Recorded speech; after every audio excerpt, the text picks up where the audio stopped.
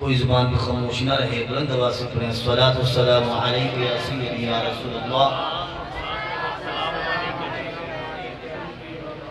خشک شاخوں کو وہ تازہ گلاب دیتے ہیں، خشک شاخوں کو وہ تازہ گلاب دیتے ہیں، عہد پیری کو وہ پھر سے شباب دیتے ہیں۔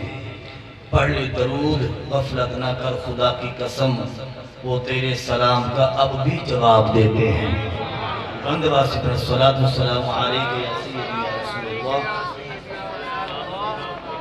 بلا تاخیر اور بلا تمہید اللہ رب العزت کی حمد و ثنا کے بعد چند گھڑیاں جو مجھے ملی، میں سیرت النبی صلی اللہ علیہ وسلم کے حوالے سے، دیکھیے لفظ سیرت بول دینا آسان ہے مگر اس کے اندر سمندر بے کنار ہے۔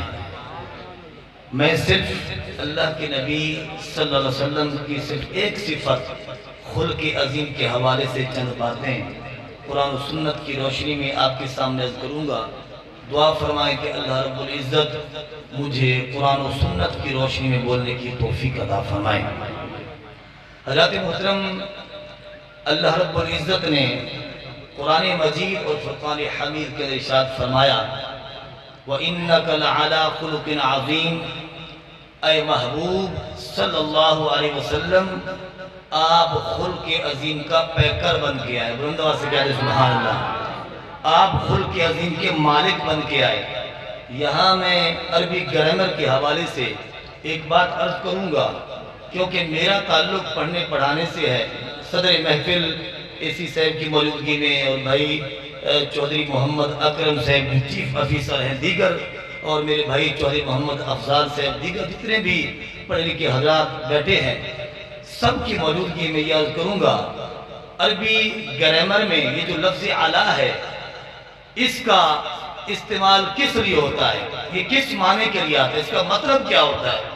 وَإِنَّكَ لَعَلَىٰ عین لام اور اوپر کھڑا زبر، لفظ اعلیٰ جو ہے اس کا معنی کیا ہوتا ہے، اس کا مطلب کیا ہوتا ہے؟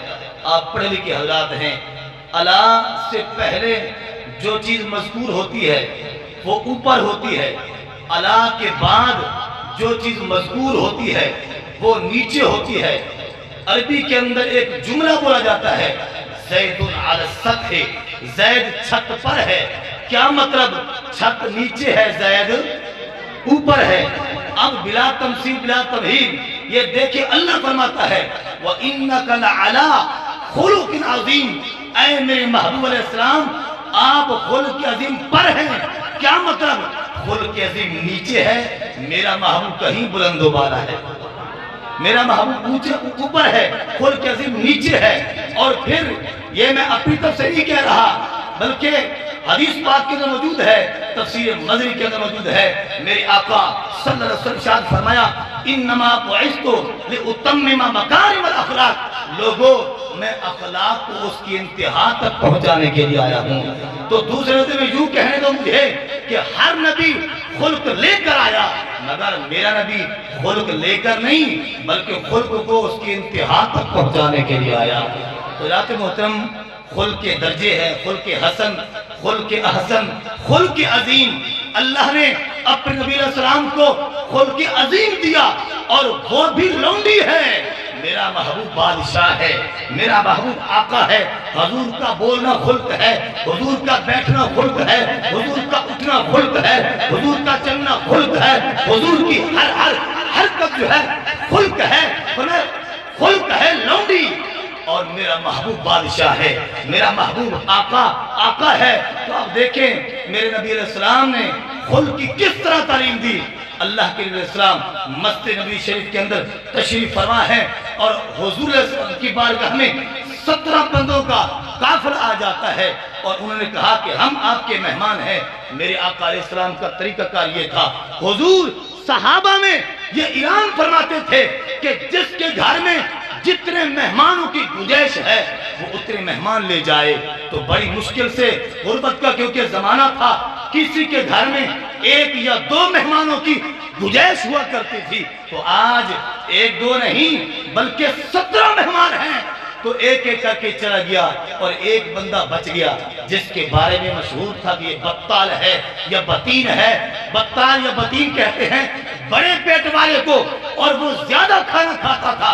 کتنا کھانا کھاتا تھا؟ مورخین لکھتے ہیں 15 20 آدمیوں کا وہ اکیلا کھانا کھا جاتا تھا. تو صحابہ ایک ایک کر کے سارے مہمانوں کو لے گئے, مگر وہ جو بطال تھا, جو بڑے پیٹ والا تھا, جو زیادہ کھانا کھاتا تھا, وہ بیٹھا رہا. تو آقا علیہ السلام جب نظر کرم اٹھائی, سبحان اللہ تو کہتے ہیں, حضور نے جب دیکھا کہ سارے مہمان چلے گئے ہیں اور ایک بیٹھا ہوا ہے, وہ پریشان ہے. میرے مصطفیٰ صلی اللہ علیہ وسلم نے فرمایا کہ اے مہمان, سارے مہمان چلے گئے, تجھے کوئی نہیں لے گیا, تو تیرا کوئی سہارا نہیں بنا. گھبراؤ مت, یاد رکھو جس کا کوئی سہارا نہ ہو اس کا سہارا محمد عربی بات بیان کرتے ہیں. تو ذات محترم حضور نے فرمایا آج میزبان میں ہوں گا, مہمان تو ہوگا. اللہ کے نبی علیہ السلام اس مہمان کو لے کر تشریف لے گئے. جب اپنے گھر میں حضور لے گئے, حضور نے بستر عطا کیا, حضور نے پھر دودھ کا پیالہ عطا کیا. کیا بلا؟ دودھ کا. جس نبی کے نام پہ بیٹھے ذرا بلند آواز سے کہتا سبحان اللہ. تو ذات محترم حضور نے ان کو دودھ کا پیالہ پیش کیا. یہ دودھ ایسی چیز ہے, اللہ کا نور ہے. اگرچہ آج ہم نے اس دودھ کے اندر کیمیکل ملا کے, ملاوٹیں کر کے ہم نے اس کو بیماریوں والا بنا دیا ہے, لیکن اللہ نے اس کو صاف اور شفاف بنایا ہے. اللہ نے اس کو صحت بخش بنایا ہے. محققین لکھتے ہیں, حکیم حضرات یہ لکھتے ہیں کہ دودھ کے اندر دونوں تاثیریں ہیں. اگر بھوکا پیتا ہے تو بھوک ختم ہو جاتی ہے, اگر پیاسا پیتا ہے تو پیاس ختم ہو جاتی ہے. میرے نبی علیہ السلام نے, تیرے نبی علیہ السلام نے, آمنہ کے لال نے, امت کے غمخوار نے, بے سہاروں کے سہارا نے جب دودھ کا پیالہ دیا, وہ سوچ رہا ہوگا میں تو 15 20 بندوں کا کھانا کھا جانا, ایک پیالہ کی کرے گا. لیکن اس کو یہ پتہ نہیں تھا اس پیالے کو ہاتھ کس محبوب کے لگے. تو ذات محترم یہ یاد رکھنا, بندہ وہ کافر تھا, کلمہ گو نہیں تھا, کافر تھا. مرکات کے اندر موجود ہے, بندہ کافر تھا, لیکن آقا علیہ السلام نے اس کو بستر دیا اور حضور نے اس کو کھانا یعنی یہ دودھ دیا. جب اسے دودھ پینا شروع کیا, دودھ پیتا رہا, پیٹ پھل ہو گیا, پیالہ پیچھے کرتا ہے. حضور نے فرمایا اور پیو, پھر اسے اور پیا, پھر پیٹ پھل ہو گیا. حضور نے فرمایا اور پیو, اسے پھر پینا شروع کیا. جب تیسری مرتبہ پیا اور دودھ جو ہے بالکل اسے شراب ہو گیا اور گلے تک آ گیا. حضور نے فرمایا اور پیو. کہتا حضور ہوں تو بس ہو گئی ہے, مگر پیالے میں دودھ ویسے کا ویسا رہا. تو ذات محترم اب دیکھیں, حضور نے جو بستر دیا وہ دودھ بھی پیش کیا اور وہ بندہ سو گیا. تو رات کو اس کا پیٹ خراب ہوا, اس کا پیشاب نکل گیا. اب وہ سوچ رہا ہے کہ میری مہمان نوازی کسی نے نہیں کی, مجھے کوئی نہیں لے کے گیا. مسلمانوں کے نبی نے مہربانی کی کہ مجھے بستر بھی عطا کیا, مجھے دودھ کا پیالہ بھی دیا, میرے پیٹ کو سیراب کیا. میں تو 15 20 بندوں کا کھانا کھاتا ہوں, یہ ایک پیالے سے مسلمانوں کے نبی نے مجھے سیراب کر دیا. اب شرمندہ ہے کہ انہوں نے نیکی کی میرے ساتھ, میں نے زیادتی کر ڈالی کہ بستر بھی خراب کر دیے. شرمندہ ہے. راتوں رات سوچتا نکل جاؤں, کہیں ایسا نہ ہو صبح مسلمانوں کے نبی آئیں وہ دیکھے تو شرمندگی ہو. راتوں رات نکلتا ہے, مگر جب سونے لگتا ہے تو اس وقت اسے پیسوں کی ایک تھیلی وہ تکیے کے نیچے رکھی تھی. اب کیونکہ جلدی میں نکلا ہے تو وہ پیسوں کی تھیلی بھول گیا تھا اور روانہ ہو گیا تھا. کچھ سفر کیا تو پیسوں کی تھیلی یاد آئی, کہنے لگا اب سفر کیسے ہوگا, سفر تو نہیں ہو سکتا. لہذا کہتا ہے چلو شرمندگی برداشت کرتا ہوں مگر پیسے لے کے آتا ہوں. واپس آنا شروع ہو گیا. ادھر سے میرے مصطفیٰ تشریف لے کے آئے. حضور نے مہمان کو دیکھا. آج ہم نوکروں سے کہتے ہیں کہ مہمان کو دیکھو, مگر حضور خود اپنے مہمانوں کو دیکھ رہے ہیں کہ میرے مہمان کو کوئی تکلیف تو نہیں ہے. مگر حضور تشریف لے کے آتے ہیں, آگے بستر پڑا ہوا ہے مگر بندہ نہیں ہے. حضور بستر کو دیکھتے ہیں تو اس پر پیشاب ہے. حضور نے اس کو اٹھایا. صحابہ کہتے ہیں یا رسول اللہ صلی اللہ علیہ وسلم ہم اس بستر کو دھوتے ہیں. حضور نے فرمایا نہیں, مہمان بھی میرا تھا, اس کو دھوؤں گا بھی میں. حضور یداللہ والے ہاتھوں سے اس بستر کو دھو رہے ہیں، ادھر سے کافر آ گیا۔ مرقات میں ملا علی قاری کہتے ہیں ظاہراً تو حضور اس بستر کی گندگی کو دور کر رہے تھے، حقیقت میں اس کافر کے دل کی میل کو دور کر رہے تھے۔ فرمایا وہ قریب آ گیا، جب وہ کافر قریب آتا ہے دیکھتا ہے کہ مسلمانوں کے نبی میرے بستر کو دھو رہے ہیں، تو فرمایا ادھر سے بستر صاف ہوتا ہے، ادھر سے دل صاف ہو جاتا ہے، تو میں قدموں میں گرتا ہے، کلمہ پڑھ کے مسلمان ہو جاتا ہے۔ حضرات محترم، یہ بڑا وسیع موضوع ہے، مگر میں اختصار کر کے موضوع کو ختم کرتا ہوں۔ دیکھیے، اخلاق ایسی تجارت ہے جس پر کوئی پیسہ خرچ نہیں ہوتا۔ اب کوئی چھوٹے سے چھوٹا بزنس کر لے، اس پر پیسہ خرچ ہوگا، مگر اخلاق ایک ایسی تجارت ہے اس پر کوئی پیسہ روپیہ خرچ نہیں ہوتا۔ اور میرے مصطفیٰ علیہ السلام فرمایا کہ قیامت والے دن ان من احبکم واقربکم منی، فرمایا قیامت میں سب سے زیادہ قریب میرے وہ شخص ہوگا جس کا اخلاق اچھا ہوگا، جس کا اخلاق اچھا ہوگا۔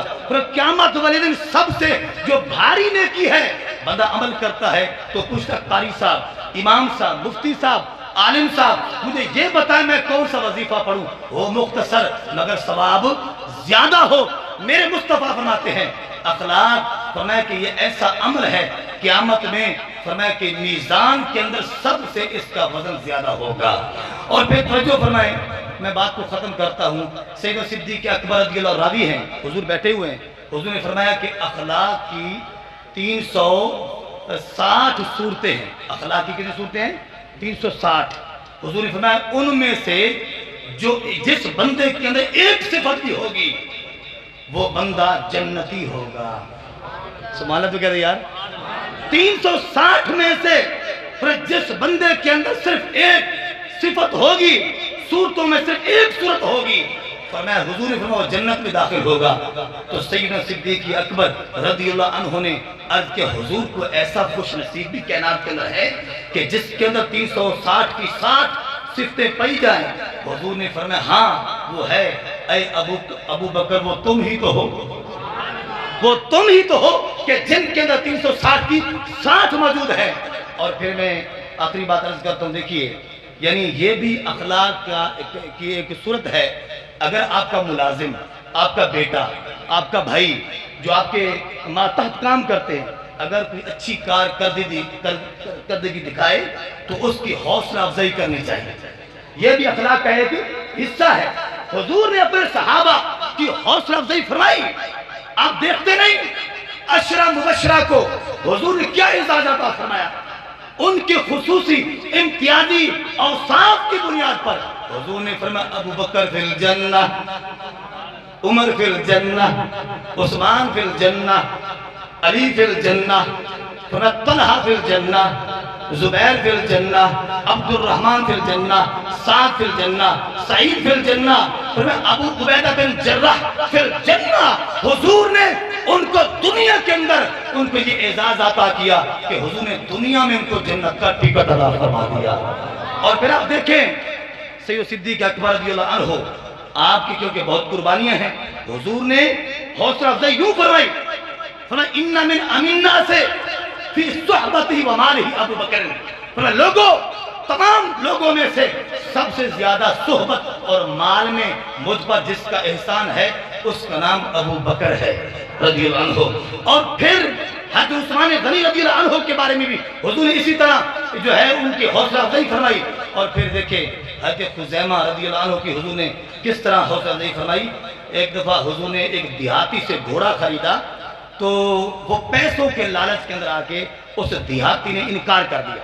اس نے کہا کہ میں نے آپ کو گھوڑا نہیں بیچا۔ حضور نے فرمایا نہیں تمہیں بیچا ہے، مجھے گھوڑا دیا ہے، تیرا میرا سودا ہوا ہے۔ اس نے کہا اگر میں نے بیچا ہے تو کوئی گواہ دیں، گواہ لے آئیں۔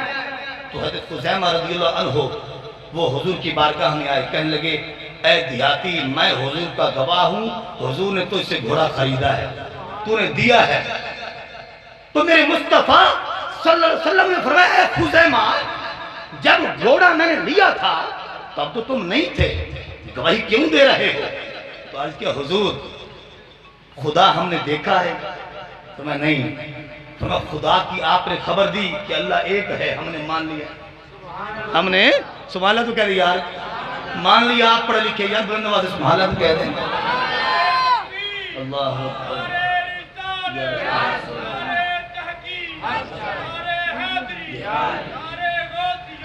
حضور نے ان کو یہ اعزاز دیا، فرمایا اے خزیمہ تم نے یہ تو یعنی خصوصی یہ جو تمہاری جو صفت ہے کہ تم نے دیکھا نہیں کہ میں نے گھوڑا خریدا ہے، پھر بھی تم میری تصدیق کر رہے ہو، تم میری تائید کر رہے ہو۔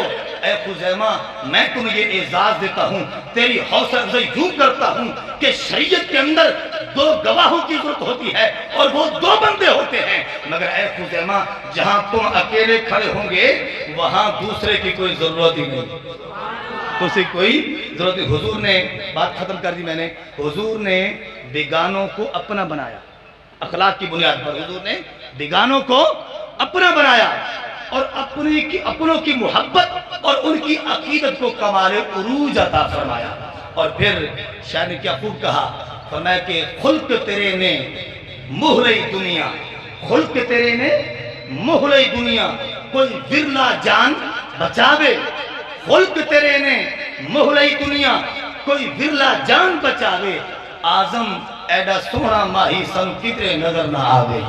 گالیاں دیتا ہے کوئی تو دعا دیتے ہیں، دشمن بھی آ جائے تو چادر بچھا دیتے ہیں۔ اللہ رب العزت کی بارگاہ میں دعائیں۔ اللہ اکبر۔